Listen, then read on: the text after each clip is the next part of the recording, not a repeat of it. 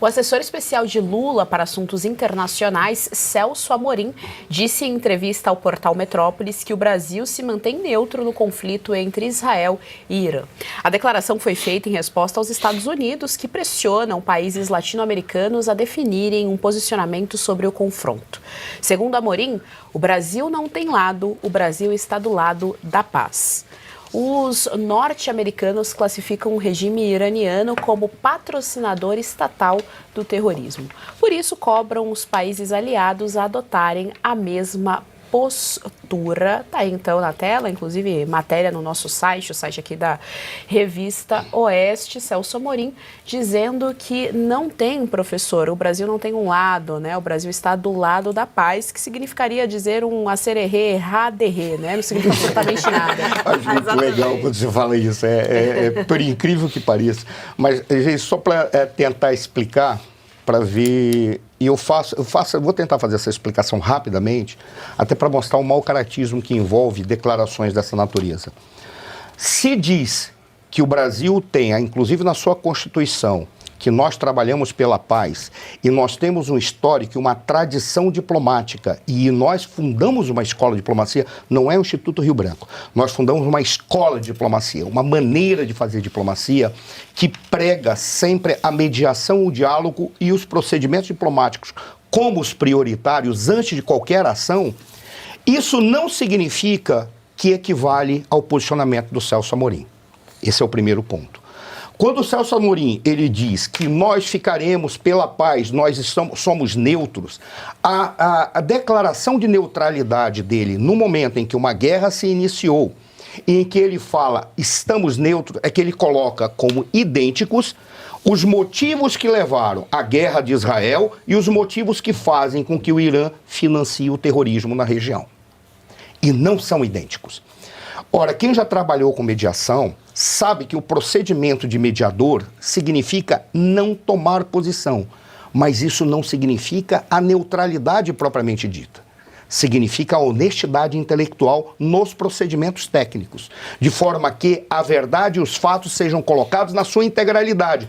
Quando ele fala nós somos neutros, ele está querendo dizer assim, eu vou dar para o Irã o argumento que ele necessita para justificar as suas ações anteriores e posteriores, o que não procede.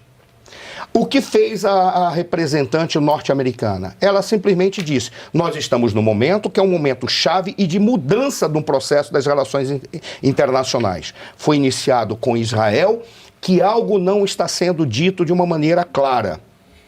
Israel identificou o problema nuclear, identificou o problema terrestre e o financiamento que o Irã estava fazendo para tropas invadirem o Estado de Israel, tanto que anulou o Hamas, o Hezbollah. Aquilo foi uma obra de arte do sistema de inteligência.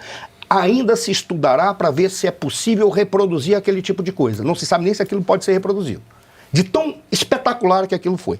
Mas anulou o Hezbollah, está atuando agora com os Houthis, está atuando e vai resolver o problema na faixa de Gaza. Mas aí é uma questão terrestre. Mas tem uma, que é a que diz respeito da razão pela qual Israel atuou. Israel identificou todo o procedimento da construção de um sistema para a produção de mísseis balísticos. E o Irã tem a capacidade de mísseis balísticos para portar ogivas, que não precisam ser ogivas nucleares. Podem ser ogivas convencionais. Mas ele é o país que tem mais ogivas armazenadas no mundo. Imagina que o Estado de Israel, que é do tamanho de Sergipe, eu acho que é do tamanho de São Paulo 2 vezes, sei lá. É uma coisinha pequena. É pequeno. Se você utilizar um número de mísseis suficientes para, de alguma forma, tentar barrar o sistema de defesa israelense, ou em profusão para pegar as falhas, você simplesmente destrói o Estado de Israel, matando a população. Esse é o ponto. E Israel percebeu que eles tinham chegado no limite de mudança, porque o limite de mudança é, agora, para 2026, eles vão conseguir chegar à profusão da produção de mísseis que é capaz de aniquilar Israel desde que haja uma mínima falha no sistema de defesa israelense. E aí eles ficaram na angústia. E agora, quem que vai parar isso? E aí, essa é a razão pela qual eles bombardearam usinas de enriquecimento de urânio, bombardearam bases e bombardearam especialmente os centros de produção de mísseis e bombardearam bases que tinham mísseis armazenados. Eles aniquilaram isso. Aí é que está a grande jogada. O que tenta se fazer? Tenta dizer que Israel é alguém que começou essa guerra. Israel não começou a guerra.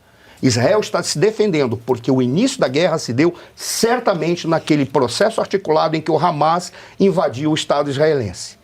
Ali é que começou a guerra. Israel foi adotando procedimentos estratégicos de uma grandeza como poucas vezes visto na história. Normalmente os israelenses dizem, será estudado em West Point. Eu tenho certeza que o West Point será, mas em muitas outras escolas. Eu espero que haja comandantes suficientemente claros que representem adequadamente a tropa brasileira para ser estudado nas escolas brasileiras também. Porque aqui isso vai ter que ser estudado, desde que os comandantes entendam o espírito da nossa tropa, e a nossa tropa respeita o Estado de Israel junto com a sociedade brasileira. Basicamente, essa é a questão. Quando o Celso Amorim se apresenta dessa forma, eu já encerro. Celso Amorim continua fazendo isso. Eu vou te dizer por qual razão. Porque você está dizendo que você está do lado exatamente daqueles que são os inimigos do Ocidente e os inimigos dos Estados Unidos. Sabe o que vai acontecer? Nós éramos aliados da OTAN. Nós tínhamos um posicionamento especial dentro da OTAN, que nos dá recursos para a defesa, acesso à tecnologia, transferência de tecnologia sensível. Sabe o que vai ocorrer? Nós vamos perder todos os recursos, vamos perder o acesso à tecnologia sensível. Nós acabamos de receber o 10º Gripen, que é sueco. O Gripen tem tecnologia americana. Sabe o que vai ocorrer? Nós vamos ficar sem avião de combate. Nós vamos acabar com a nossa força aérea. Além disso, nós vamos perder todo o aparato que nós temos para o Exército, todo o aparato que nós temos para a Marinha. Simplesmente, você vai colocar a defesa brasileira no lixo. Continua fazendo isso. Pelo menos uma coisa eu tenho certeza. Se isso ocorrer, os comandantes que não representam a tropa vão ter que cair, porque eles serão responsáveis pela destruição da capacidade de defesa brasileira.